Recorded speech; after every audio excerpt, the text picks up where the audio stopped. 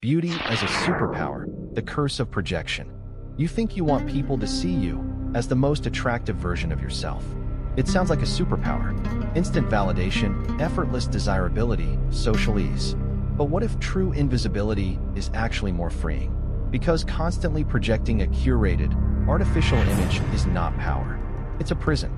And sooner or later, it forces you to confront how fragile human connection becomes when appearance turns into currency.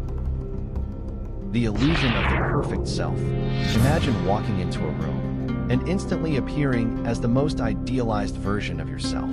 Not enhanced, optimized. Beauty projection technology allows real-time manipulation of how others perceive your face, your body, your presence. People don't see you. They see an algorithm's interpretation of you.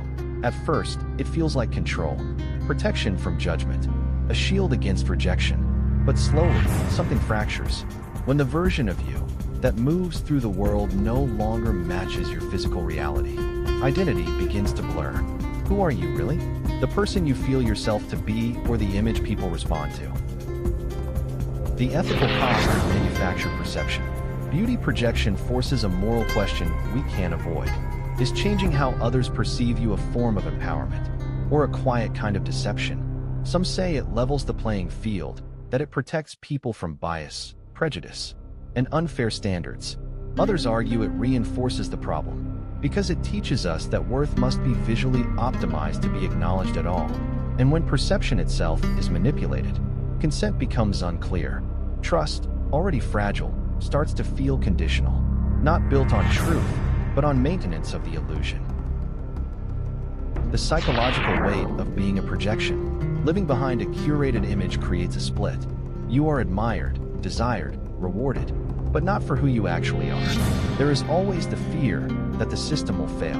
A glitch, a power outage, a moment where the projection drops. That fear turns into anxiety, into hypervigilance. Real intimacy feels dangerous because closeness risks exposure. And then there's the applause. Endless admiration that sounds like confidence, but feels empty. Because praise no longer reflects your worth, it reflects the quality of the projection. Over time, self-esteem erodes. Value is outsourced to an external system. And without it, you're left wondering who you are allowed to be. A society built on algorithmic validation.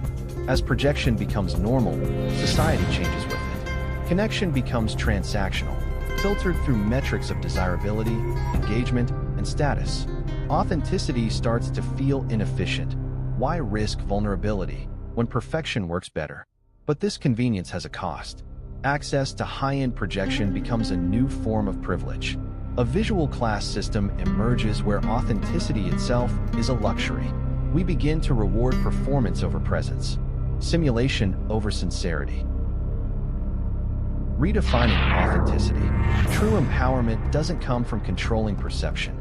It comes from internal confidence, the kind that survives being seen clearly.